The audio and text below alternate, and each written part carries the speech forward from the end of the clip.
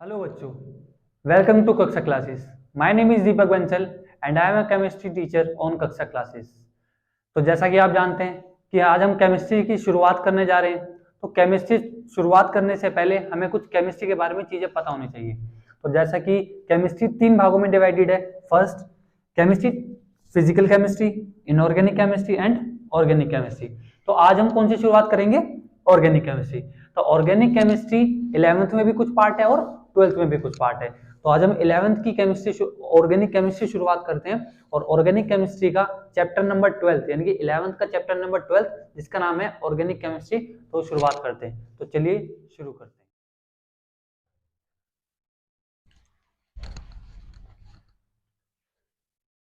Organic chemistry start करने से पहले हमें यह भी तो पता होना चाहिए कि ऑर्गेनिक केमिस्ट्री होती क्या है।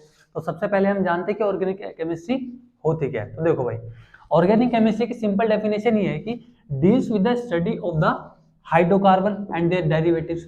मतलब हम ऑर्गेनिक केमिस्ट्री में हाइड्रोकार्बन और उसके डेरिवेटिव्स पढ़ते हैं। तो इससे पहले पता होना चाहिए कि हाइड्रोकार्बन होते क्या। हालांकि आपने 10th में हाइड्रोकार्बन पढ़े होंगे, लेकिन मैं ऑर्गेनिक केमिस्ट्री शुरुआत कर रहा हूं तो उससे पहले मुझे बेसिक से उठाना पड़ेगा। तो देखो, हाइड्रोकार्बन होते क्या है? हाइड्रोकार्बन यानी कि हाइड्रो मतलब हाइड्रोजन और कार्बन मतलब कार्बन। तो वो कंपाउंड जो हाइड्रोजन और कार्बन से मिलके बने होते हैं उन्हें हम हाइड्रोकार्बन कहते हैं। सिंपल। तो अच्छा, तो भैया हाइड्रोकार्बन या ऑर्गेनिक केमिस्ट्री या फिर ऑर्गेनिक कंपाउंड में क्या डिफरेंस है? तो देखो, अगर तुमने हाइड्रोकार्बन, और अगर मैं डेप्थ में जाऊं, बिल्कुल 10th के डेप्थ में जाऊं, तो और हाइड्रोकार्बन हुआ क्या करते थे भैया? हमें कुछ याद आ रहा है, अल्केन, अल्कीन और अल्काइन। मतलब अल्केन भैया, और कुछ भी याद आ रहा है? अल्केन मतलब भैया सिंगल बॉन्ड, अल्कीन मतलब भैया डबल बॉन्ड, और अल्काइन मतलब ट्रिपल बॉन्ड। कुछ कुछ याद आ रहा है? तो अच्छा, बस इतना ही याद आ रहा है, इतना ही तुम्हारे लिए बहुत है। तो ये तो हमारे हो गए हाइड्रोकार्बन। अगर इन हाइड्रोकार्बन में मैं कुछ भी अगर चेंज कर जाता हूं, क्या करता हूं? चेंज करता हूं, तो उन्हें मैं उनके डेरिवेटिव्स कहता हूं। क्या कहता हूं? डेरिवेटिव्स। तो सिंपल सी बात है कि अगर हम ऑर्गेनिक केमिस्ट्री में हाइड्रोकार्बन और उनके डेरिवेटिव्स की स्टडी करते हैं, सिंपल। अगर तुम्हें यही एक लैंग्वेज में लिखना है या आप तुम डेफिनेशन भी रट सकते हो और जैसे मैंने पढ़ाया तुम वैसे पढ़ सकते हो। अच्छा, अगली हेडिंग है कि reason for the large number of the carbon compound. अब तुमने कभी सोचा है कि भाई हम पढ़ तो इतने ऑर्गेनिक केमिस्ट्री या फिर पूरी केमिस्ट्री में 118 एलिमेंट है, लेकिन हम कार्बन की क्यों इतनी बातें करते हैं? तो इसके जनरली 2 मेन रीजन है। तो देखो, तुम इस प्लेटफॉर्म पे आए हो तो सिंपल एक बात याद कर रखना कि यहाँ के अलावा अगर तुम्हें कहीं भी अगर कुछ ऐसा लग जाए कि भाई ये नहीं पढ़ा रहे, ये नहीं पढ़ा रहे, इस बात की गारंटी है। तो देखो, reason for the large number of the organic compound, organic compound के रीजन कि भाई वे इतने ज्यादा नंबर में क्यों बनते हैं। तो देखो, पहला क्या है? टेट्रावैलेंसी, और दूसरा क्या है? कैटिनेशन। तो भैया इससे पहले हमें ये पता होना चाहिए कि टेट्रावैलेंसी क्या होती है, कैटिनेशन क्या होती है। तो देखो, पहले मैं इसे रफ कर देता हूँ, 1 मिनट उतार लो। चलो, तो देखो भाई, टेट्रावैलेंसी भैया, टेट्रा मतलब हमें थोड़ा थोड़ा समझ आ रहा है। तो तुम यहां पढ़ रहे हो ना, कोई चीज रटनी नहीं है, कोई भी चीज रटनी नहीं है। जो मैं पढ़ा रहा हूं, जैसे मैं पढ़ा रहा हूं, उन चीजों को बस एक बार ये देख लेना कि इनका मतलब होता क्या है। रटनी कुछ चीज नहीं है। अच्छा भाई, टेट्रा मतलब 4। वैलेंसी तुम 10th में पढ़ के आए होंगे, वैलेंसी, ठीक है, समझे? तो वो कंपाउंड, अब देखो, अगर तुम बिल्कुल छोड़ो, तुम बेसिक पे जाओ भैया। कार्बन, एटॉमिक नंबर 6 भैया। इलेक्ट्रॉनिक कॉन्फ़िगरेशन भैया 2 और 4। इसके कारण इसके क्या होती है? 4 वैलेंसी होती है, और इसी 4 वैलेंसी के कारण कार्बन अपने 4 बॉन्ड बना पाता है। 4 बॉन्ड मतलब कि देखो, जैसा अगर तुमने कहीं भी देखा हो तो कार्बन क्या, एक इधर एक इधर एक इधर एक इधर। तो मैं ये कह सकता हूं कि tetravalency is the property by which carbon form 4 bond. तो ये 4 बॉन्ड, या फिर इसे हम दूसरी भाषा में कह सकते हैं 4 कोवलेंट बॉन्ड। इतना है समझ? ठीक है, देखो भैया अगली देखो। अब कैटिनेशन क्या है? अब कैटिनेशन एक कार्बन की प्रॉपर्टी होती है जिसमें कार्बन अपने दूसरे भाई कार्बन से बॉन्ड बना पाता है। अच्छा भैया वैसे तो और एलिमेंट भी बना लेते हैं, लेकिन कार्बन क्या करता है? जैसे देखो कार्बन कार्बन फिर कार्बन फिर कार्बन फिर कार्बन फिर कार्बन फिर कार्बन फिर कार्बन फिर कार्बन फिर कार्बन फिर कार्बन फिर कार्बन फिर कार्बन फिर कार्बन। तो मतलब देखो तुम कार्बन अपने भाई से बनाया जा रहा है, फिर बनाया जा रहा है, फिर बनाया जा रहा है, फिर बनाया जा रहा है, फिर बनाया जा रहा है। इसी प्रॉपर्टी को हम इसके कहते हैं सेल्फ लिंकिंग प्रॉपर्टी। तो ये था हमारी कैटिनेशन। तो देखो अब मैं तुम्हें एक ओवरव्यू दूं तो हाइड्रोकार्बन क्या है? हाइड्रोकार्बन अल्केन अल्कीन और अल्काइन का बना होता है। और अगर हम ऑर्गेनिक केमिस्ट्री की बात करें, ऑर्गेनिक कंपाउंड की बात करें, तो ऑर्गेनिक केमिस्ट्री जनरली किसके साथ स्टडी करती है? हाइड्रोकार्बन और उसके डेरिवेटिव। दूसरी हेडिंग है कि reason for the large number of the carbon compound. Carbon के इतने सारे कंपाउंड क्यों होते हैं? तो कार्बन इसके जनरली दो प्रॉपर्टीज है, पहली टेट्रावेलेंसी और दूसरी कैटिनेशन। टेट्रावेलेंसी के कारण कार्बन 4 बॉन्ड बना पाता है और कैटिनेशन के कारण कार्बन दूसरे कार्बन से फिर तीसरे कार्बन से बॉन्ड बनाता रहता है। नेक्स्ट टॉपिक है क्या? Shapes of organic compound. जैसे तुम कार्बन के कंपाउंड पढ़ते जाओगे तो उसके बेसिस पे तुम्हें उनकी शेप निकालनी पड़ेगी। तो शेप निकालने का एक तो तुमने 4th चैप्टर में पढ़ा होगा, वो तो अलग था, sp sp2 sp3 sp3d sp3d2 वो अलग था। यहाँ पे क्या है? वहां पे तो पूरा मतलब एकदम कि एटम ऑर्बिटल वगैरह पढ़ने थे। यहाँ तुम्हें बिल्कुल सिंपल है। देखो क्या होता है, पहली बात तो हाइब्रिडेशन क्या होती थी कि number of intermixing orbital, energy equal हो जाती है, वो छोड़ो। तुम्हें मैं एक डायरेक्ट तरीका बताता हूँ जिसके कारण तुम्हारा कोई क्वेश्चन भी नहीं रुकेगा ना तुम्हारी कोई नंबर काटेगा। देखो क्या होता है, hybridisation of the carbon compound is equal to the number of sigma bond. क्या बोल रहा है कि हाइब्रिडाइजेशन इक्वल होती है किसके? नंबर ऑफ सिग्मा बॉन्ड के। तो उससे पहले हमें ये भी तो पता होना चाहिए कि सिग्मा बॉन्ड होते क्या है। तो देखो जैसे पहला एग्जांपल, मान low carbon double bond CH3 और CH2 और CH2, ठीक है। तो मैं इसे कैसे लिख सकता हूँ भैया? Carbon hydrogen hydrogen hydrogen double bond carbon hydrogen और हाइड्रोजन।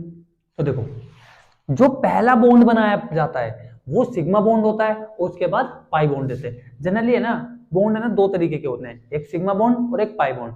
जो पहले बनाया जाता है उसे सिग्मा बॉन्ड कहते हैं और जो उसके बाद बनाया जाता है उसे पाई बॉन्ड कहते हैं। जैसे भैया ये पहले बनाया गया तो ये सिग्मा, फिर ये बनाया गया तो सिग्मा, ये बनाया गया ये सिग्मा, ये बनाया गया ये सिग्मा। लेकिन इनके बीच में देखो ध्यान से, मैंने पहला बनाया वो सिग्मा, लेकिन जो उसके बाद बनाऊंगा वो क्या हो जाएगा?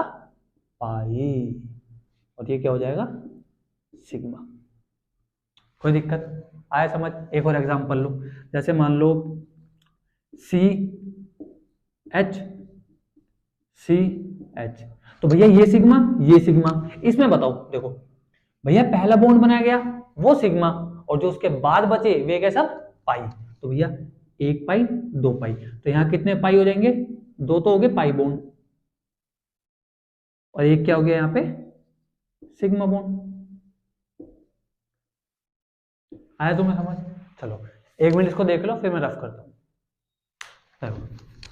अब भैया हम कैसे हाइब्रिडाइजेशन निकाल पाए? तो देखो अगर 2 सिग्मा बॉन्ड पाए जाएंगे तो उसकी हाइब्रिडाइजेशन डायरेक्ट, अगर 2 सिग्मा बॉन्ड पाए जाएंगे तो उसकी हाइब्रिडाइजेशन होगी sp। अगर 3 सिग्मा बॉन्ड पाए जाएंगे तो उसकी हाइब्रिडाइजेशन होगी sp2।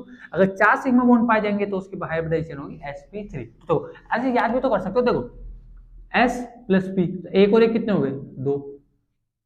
s प्लस 2p, एक और 2 कितने हो गए? 3।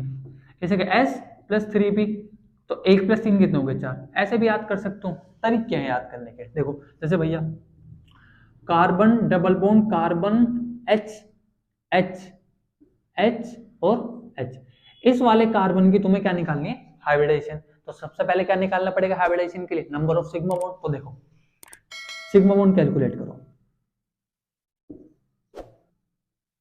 देखो भैया 1, भैया 2, और ये भैया पहला सिग्मा रेस्ट पाई तो भैया 1 यहां हो गया तो 3। तो 1 प्लस 1 प्लस 1 तो कितने हो गए? 3। और 3 सिग्मा बॉन्ड पे क्या पाया जाता था? sp। खत्म खत्म। इसे देख लो एक बार, दूसरा एग्जांपल कराता हूं फिर मैं। देखो और लो भैया, C triple bond C, Cl और इधर H, ठीक है। देखो सिग्मा बॉन्ड कैलकुलेट करो इस वाले कार्बन के। देखो भैया 1 1, ठीक है, मान लिया, लो 1। भैया पहला सिग्मा रेस्ट पाई, तो हमें तो सिग्मा से ही मतलब है, पाई से मतलब नहीं है। तो भैया इसमें कि सिग्मा कितने प्रेजेंट हुए, एक, तो एक, तो कितने हो गए, 2 सिग्मा बॉन्ड, और 2 सिग्मा बॉन्ड का मतलब क्या है, sp, तो इसकी हाइब्रिडेशन क्या हो जाएगी, sp, सिंपल। तो तुम डायरेक्ट क्या निकाल सकते हो, hybridisation, hybridisation is equal to the number of sigma bond. किसी भी कंपाउंड में जितने नंबर ऑफ सिग्मा बॉन्ड पाए जाएंगे उसी हिसाब से तुम उसकी हाइब्रिडेशन निकाल लोगे। तो देखो भाई अगला, अच्छा अब sp के अंदर, अब देखो अब हम क्या निकालेंगे, 3 हाइब्रिडेशन है, sp, sp2, sp3।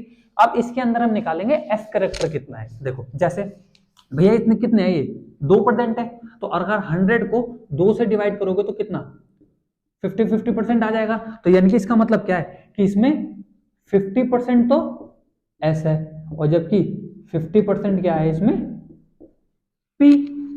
अच्छा इसका निकालो sp2 का। देखो sp2 कितने हैं, 1000, 100 को 3 से डिवाइड कर दो, कितना आएगा 33.3 आ जाएगा। तो इसका मतलब क्या है कि sp2 में s करेक्टर कितना है 33, और इसमें कितना है 25%। ऐसा समझ, तो इनकी sp में जो s करेक्टर है वो 50% है, sp2 में जो s करेक्टर है वो 33% है, और sp3 में जो s करेक्टर है वो 25% है। आया कोई दिक्कत। देखो अगला, मोर इज द, अच्छा greater is the S character, more is the electronegativity. मतलब जितना ज्यादा किसी कंपाउंड में एस करेक्टर पाया जाएगा उतनी ज्यादा ही उसमें इलेक्ट्रोनेगेटिविटी पाई जाएगी। भैया अभी इलेक्ट्रोनेगेटिविटी क्या होती है, तो सिंपल, अगर तुम्हें देखो, अगर मैं वैसे पढ़ाऊंगा तो बहुत टाइम लग जाएगा, तो सिंपल सा ऐसा समझो, इलेक्ट्रोनेगेटिविटी किसी दूसरे एटम को खींचने की क्षमता को हम इलेक्ट्रोनेगेटिविटी कहते हैं। जितना ज्यादा एटम इलेक्ट्रोनेगेटिव होता है उतना ही ज्यादा वो अच्छा बॉन्ड बना पाता है। तो ऐसा समझ लो सिंपल, अगर तुम्हें कुछ नहीं समझ आ रहा तो देखो, more is the electronegativity more closer to the nucleus. मतलब मान लो कि ये एटम है, मान लो इसमें यहां न्यूक्लियस है, तो जितनी ज्यादा इलेक्ट्रोनेगेटिविटी होगी ना उतना ही जो एटम है इसका साइज क्या हो जाएगा, छोटा। अब जितना ज्यादा छोटा हो जाएगा, तो देखो more closer to the nucleus, अभी क्या हो गया, पहले यहां था अब न्यूक्लियस के पास आ गया। अच्छा आगे, and form the shorter bond length. तो पहले बॉन्ड लेंथ कितनी थी भैया, ये थी, अब बॉन्ड लेंथ कितनी हो गई, ये, तो ये वाली क्या है, कम है इससे। तो मैं ये कह सकता हूं कि एस करेक्टर जितना ज्यादा होगा उतनी ज्यादा क्या होगी, बॉन्ड लेंथ कम होती चली जाएगी। तो बस अब मैं इसको अगर एक ही शब्दों में ऑब्जर्व करूं तो हाइब्रिडेशन क्या होती है, नंबर ऑफ सिग्मा बॉन्ड पाए जाते हैं। नंबर ऑफ सिग्मा बॉन्ड जितने पाए जाते हैं उसे हाइब्रिडेशन कहते हैं, कैसे भी कह सकते हो। अगर 2 सिग्मा बॉन्ड पाए जाएंगे तो उसकी हाइब्रिडेशन होगी sp, अगर 3 सिग्मा बॉन्ड पाए जाएंगे तो उसकी होगी sp2, अगर 4 सिग्मा बॉन्ड पाए जाएंगे तो उसकी होगी sp3। Thank you.